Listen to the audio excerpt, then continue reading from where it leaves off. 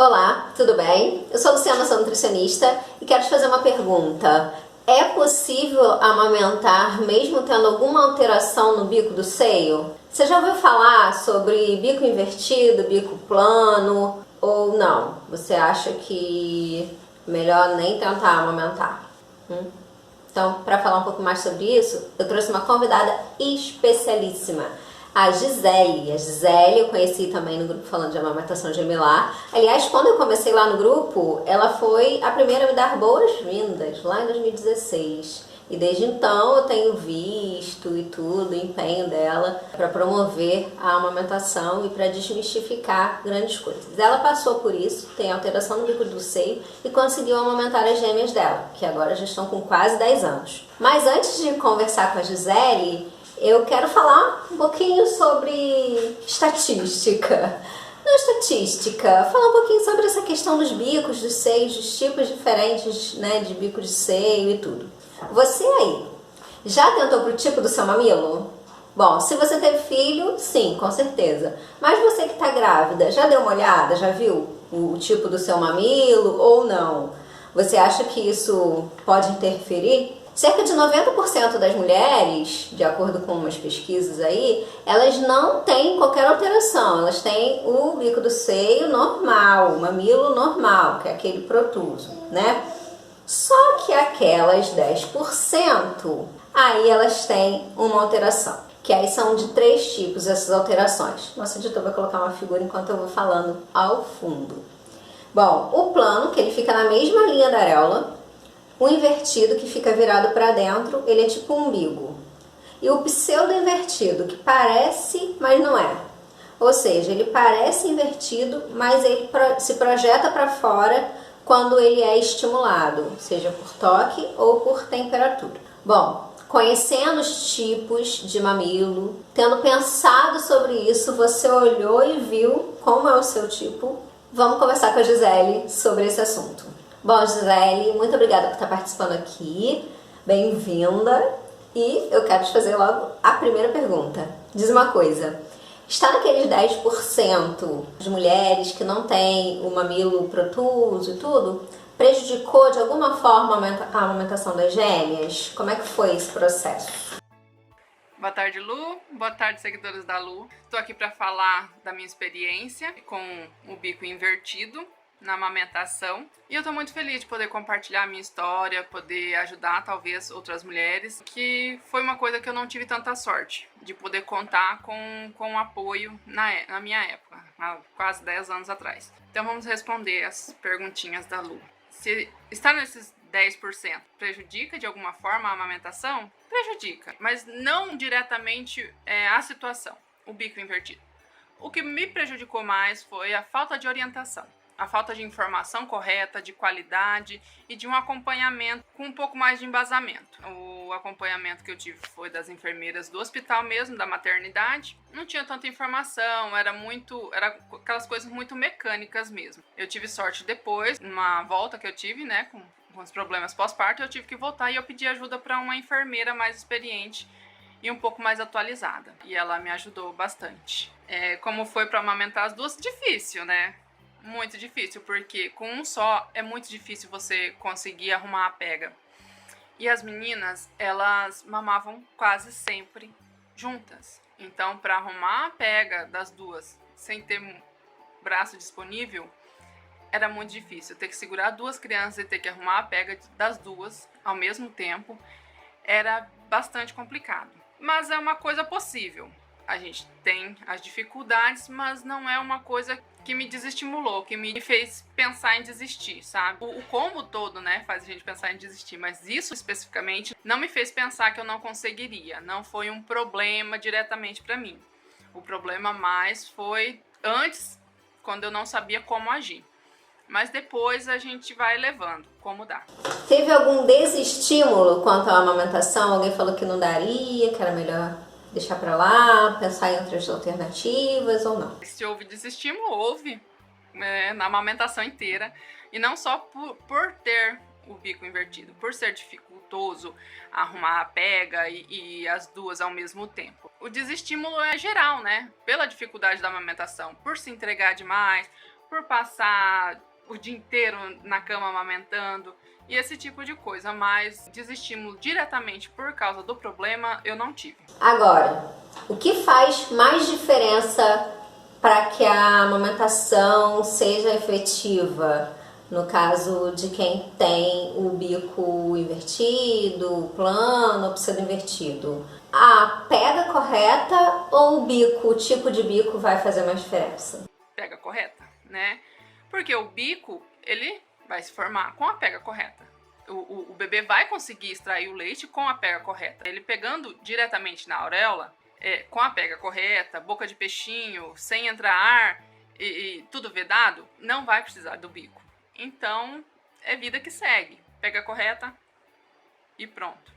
Bom, agora eu vou fazer uma pergunta grande, porque até curiosidade, né? Pode ser curiosidade de muitas mulheres que estão vendo a gente nesse momento. Tem umas conchas, né, de amamentação que prometem, dentre outras coisas, auxiliar as mulheres que têm o mamilo normal. Você indica o uso dessas conchas? Ou então aquele corretor de mamilo que vai sugar o mamilo. Ele é útil? Deve ser dolorido pra caramba. Muitos profissionais também recomendam o uso de bicos de silicone durante a amamentação, principalmente, né, também em caso de dificuldade, de fissura e tudo. O que você pode dizer sobre eles? Pode prejudicar de alguma forma a amamentação ou não? Existem sim várias conchas, apetrechos demais, um corretor de bico, existe o bico de silicone. Eu usei o bico de silicone, não recomendo. Por quê? Ele deixava a pega muito escorregadia. Então as meninas elas não conseguiam pegar, fazer a pega correta, abocanhar a auréola, elas não conseguiam fixar a boca, elas não conseguiam fazer o vácuo no seio. Então aquilo deixava a pega delas ainda mais errada. E aí, quando eu tirava o bico de silicone, elas vinham querer pegar só o bico. E o bico não tinha. Então, complicou bastante a minha situação. Não recomendo, desconheço qualquer informação que recomende isso para quem não tem bico formado, porque realmente me atrapalhou demais. Eu usei acho que 1 ou 2 vezes. E já descartei. A concha eu não comprei. Porque na época, eu não lembro direito, mas eu acho que eu tinha que encomendar. E aí, como eu tive o problema com o bico de silicone, então eu desisti de comprar a concha, porque eu achei que também seria desnecessário. E como a pega correta já estava dando sinais de que funcionava, então para mim eu investi mais tempo na pega correta do que tentando lidar com esses apetrechos, que eu nem sabia usar. E o corretor de mamilo foi uma história muito traumática na minha vida. Que nessa volta ao hospital, né, que eu precisei ficar internada por mais um dia, por problemas pós-parto, uma enfermeira usou esse corretor. Eu quase chorei, eu só não chorei de vergonha. Eu achei extremamente, assim, doloroso. Foi uma tortura. Eu, Gisele, não recomendo. Não sou consultora, não sou enfermeira, não sou da área da saúde. Não posso dizer pra você, não use. Eu não usaria de novo, porque eu achei uma tremenda tortura. E com a pega correta, a gente sabe, com a sucção, com o formato do peixinho, né, a boca do bebê, o formato do peixinho, a vedação ali no seio, o bico acaba formando, que era o que acontecia na maioria das vezes quando eu amamentava. Então, acabava saindo o bico para fora. Não vale a pena eu gastar dinheiro para uma coisa que você tem em casa. Você tem o apetrechinho ali, o bebê, né, para fazer esse bico. Então não tem necessidade para você ficar gastando dinheiro à toa. Gasta com um bom consultor de amamentação, uma boa consultora de amamentação, enfermeira, uma ida ao BLH, ao Banco de Leite Humano, que talvez não tenha na sua cidade, mas vale a pena fazer uma visita na cidade mais próxima. Vale a pena você andar mais um pouquinho, buscar mais um pouquinho dessa informação do que ficar gastando com apetrecho, porque apetrecho é um caminho sem volta. Então, como eu disse, eu comprei o bico de silicone não funcionou, me indicaram a concha. Se a concha não funcionasse, eu ia comprar esse corretor de mamilo. Se o corretor de mamilo não funcionasse, eu ia comprar outro e outro. Então, foi fundamental ter conhecido essa enfermeira. E quando ela me ensinou que fazer a pega correta, que conseguia auxiliar as duas numa posição que favorecesse e tal, era melhor do que comprar esse monte de apetrecho que não serve para muita coisa, não resolve. No meu caso, pelo menos, não resolveu em nada, nada. O que resolveu foi aprender a pega correta mesmo, a acertar a pega delas, foi me adaptar às duas juntas e ainda consertar a pega.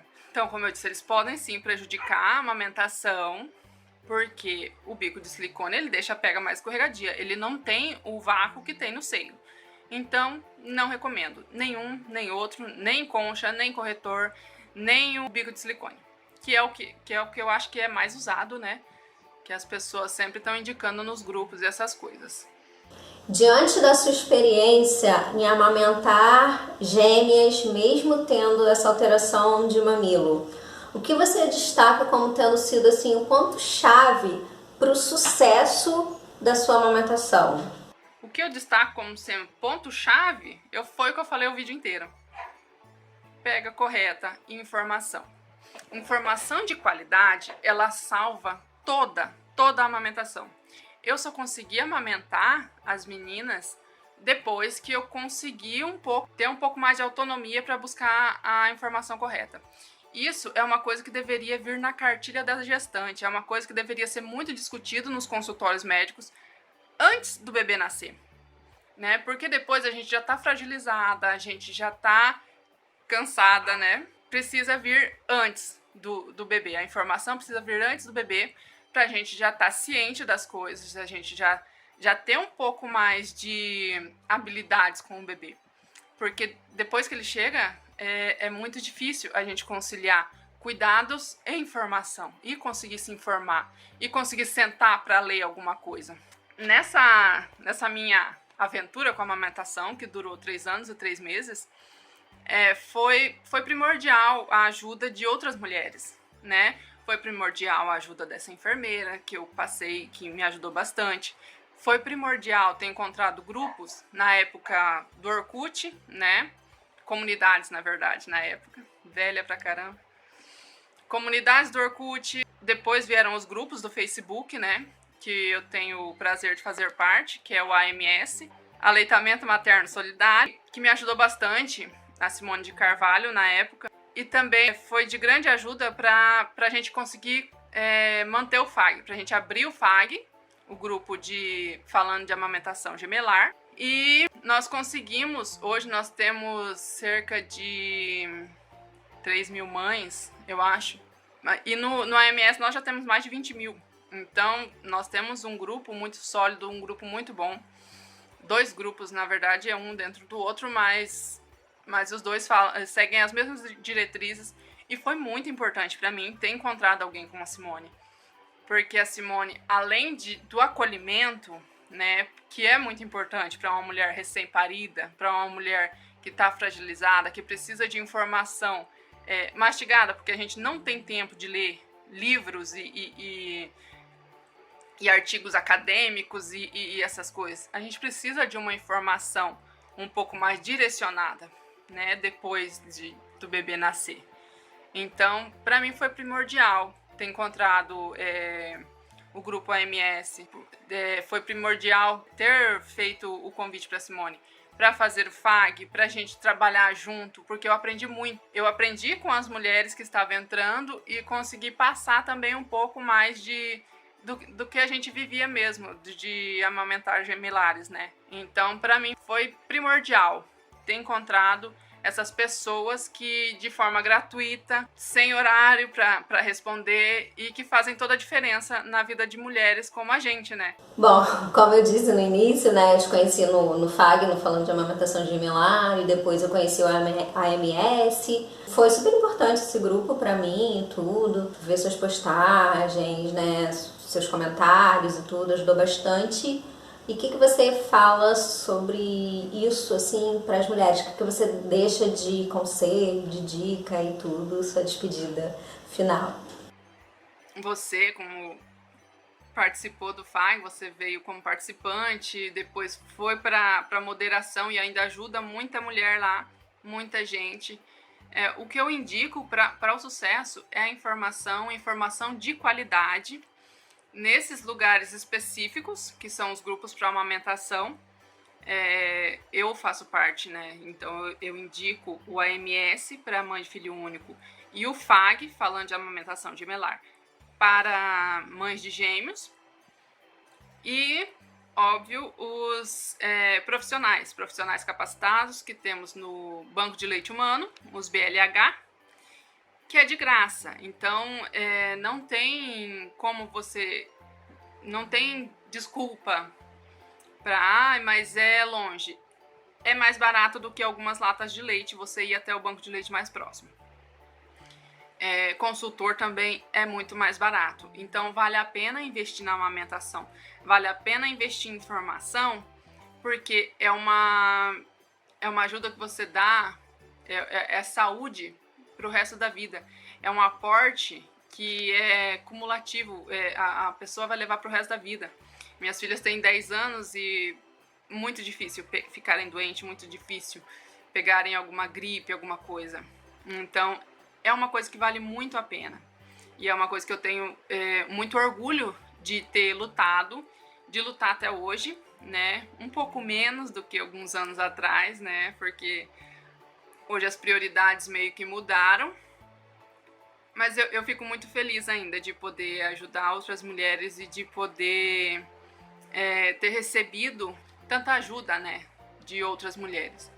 Bom, Gisele com o I, muito obrigada por ter participado dessa entrevista. Espero que outras possam vir. Eu admiro muito você, como eu falei desde o início.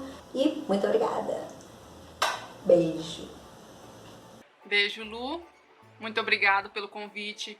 Desculpa não saber muito das coisas digitais, mas eu espero que dê, tá? Que ajude bastante você e que ajude algumas outras mulheres também. Beijo! Se esse vídeo foi útil para você e se você sabe que pode ser para mais alguém, compartilha. Também deixe seu like, né? Dá seu joinha, isso é muito importante para o canal. Se inscreve também, né? E ativa o sininho, que aí você recebe todas as notificações de novos vídeos. Nós agora estamos fazendo publicações às terças e domingos, sempre no horário de meio-dia, tá? Tchau!